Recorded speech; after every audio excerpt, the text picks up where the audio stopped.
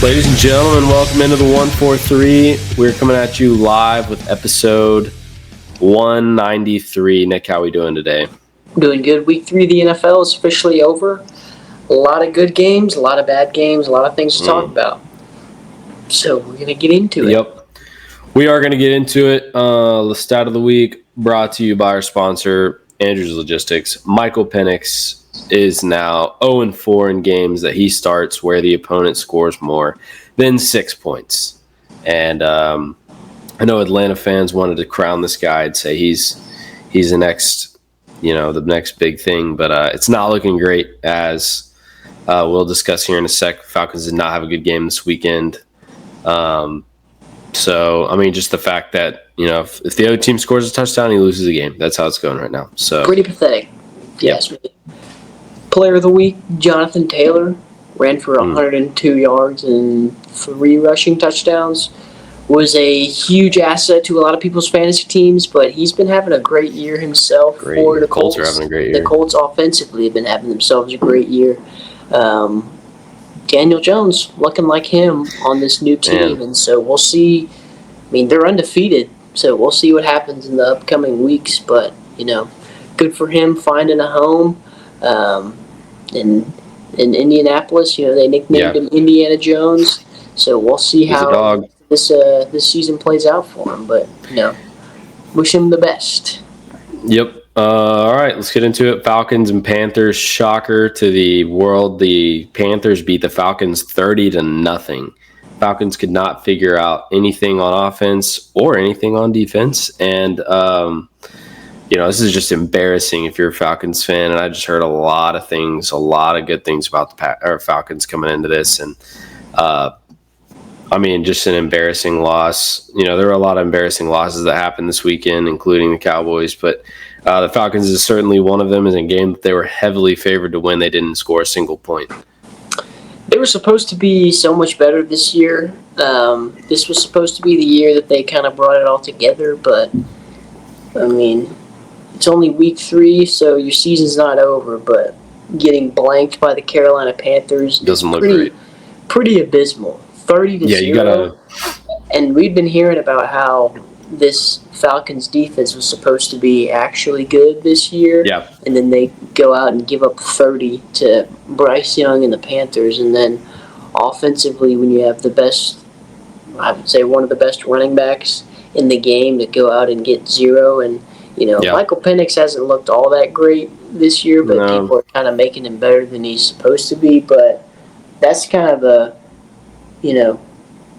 tell sign right here.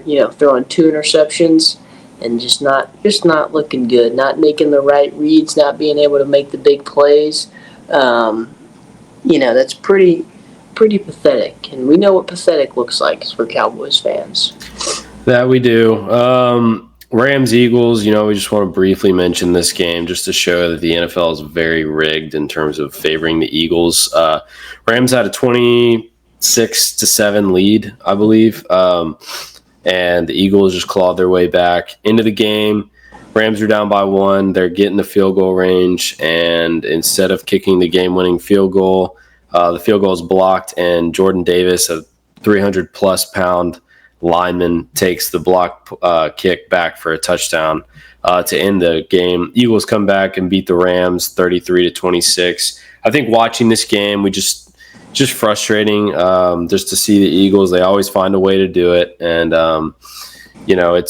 it's tough because they didn't play that great, but the Rams just folded to the Eagles. You can never be complacent, and you can never take your foot off the gas when you're playing them. So the Rams should have just kept going, but they didn't. They were throttled down in the first half for the Rams. Yeah. And then just all of a sudden, I don't know what happened at halftime, but they just stalled out, offensively. Yeah, it's ridiculous. And then, Eagles kicked it up a notch in the second half.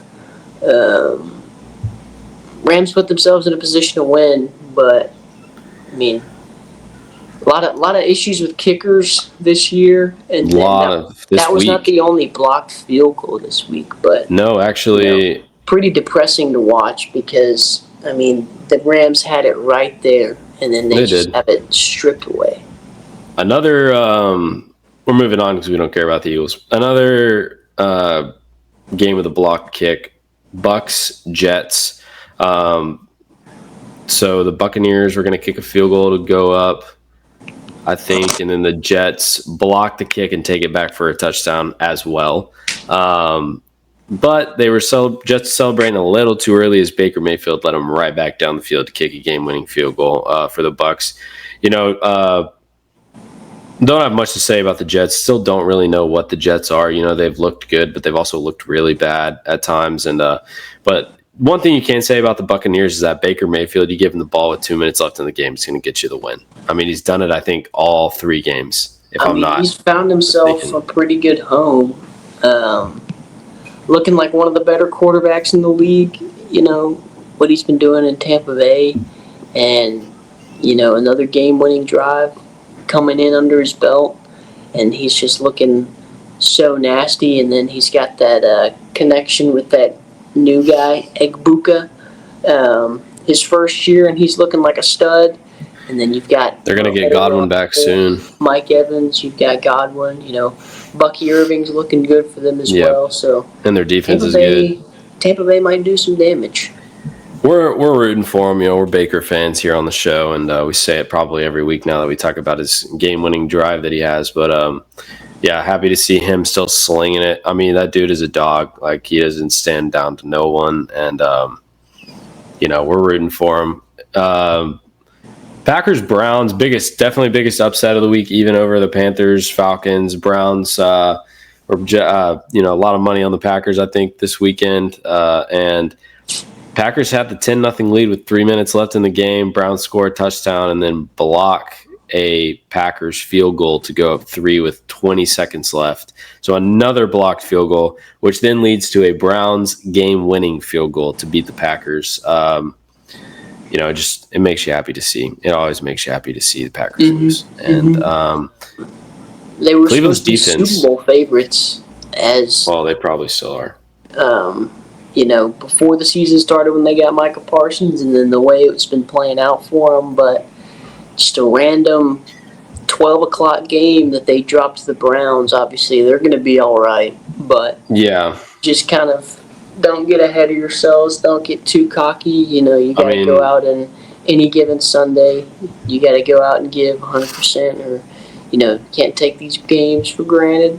Got to go out there and get these wins. Caught them slipping. A lot of people are calling the NFL out for maybe fixing games a little bit, and that was one that raised a lot of eyebrows just because a lot of money was lost. There was a huge sum of money on the Packers' money line, and then for them to go out and lose to the Browns, and so that's raising a lot of eyebrows for people.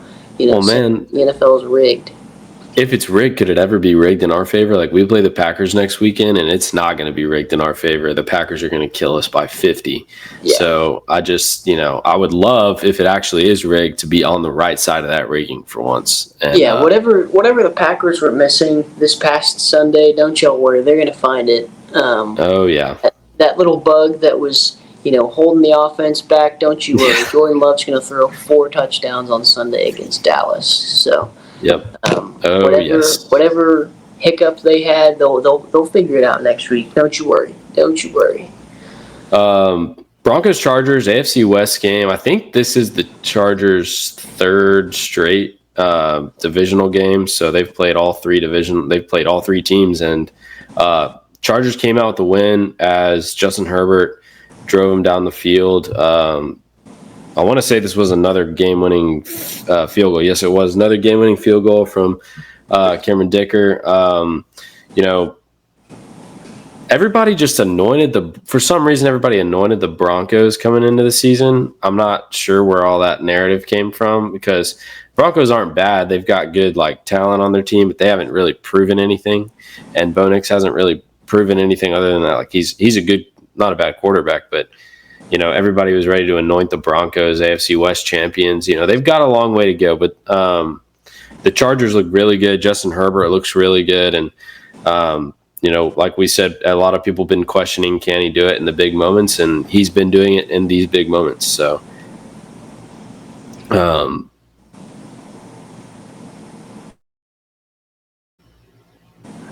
And so, yeah, it's just one of those things where you just hope you can keep seeing him do it. And, yeah, it's good to see Justin Herbert slinging it. Broncos endure, unfortunately, week 2, another heartbreaking loss to a game-winning field goal. Obviously, they had to take on whatever that was in Indianapolis last week.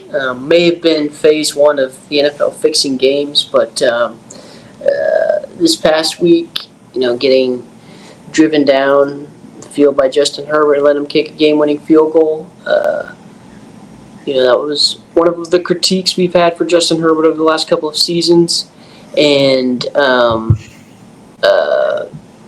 just him not being able to perform in the clutch, when he has the ball in his hands at the end of the game to be able to go down and get one. But he's been able to do that so far this season, so, good for him. I feel like we talk about it every single week, but it's good to see him succeeding just because it's been a long time coming where you knew you were right there with Justin Herbert on the Chargers, but he just needed to get over that hump. Alrighty. Cowboys-Bears. That's obviously one of the more talked about games of the week.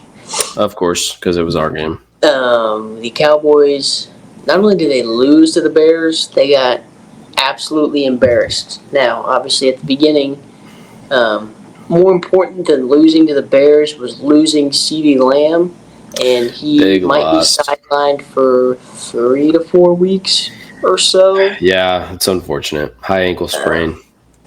We've been critiquing the defense all year. I mean, they made Russ last week look like prime 2016, 2015 Seattle Seahawk Russ.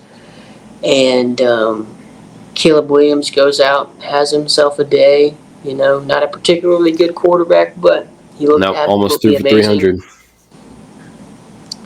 Cowboys go down early, and then they come back and tie it with a touchdown and a 2-point conversion and make it 14-14. And so you think at that point, okay, here we go. Now we're going to start rolling. No, sir. They proceed to give up 17 unanswered, and then that was the end of the game.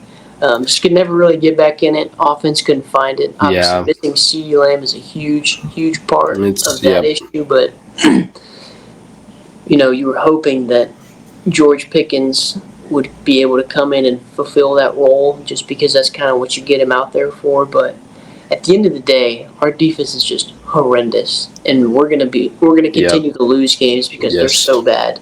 I mean, giving up 31 to the Bears, who have had a struggling offense, that's just unacceptable.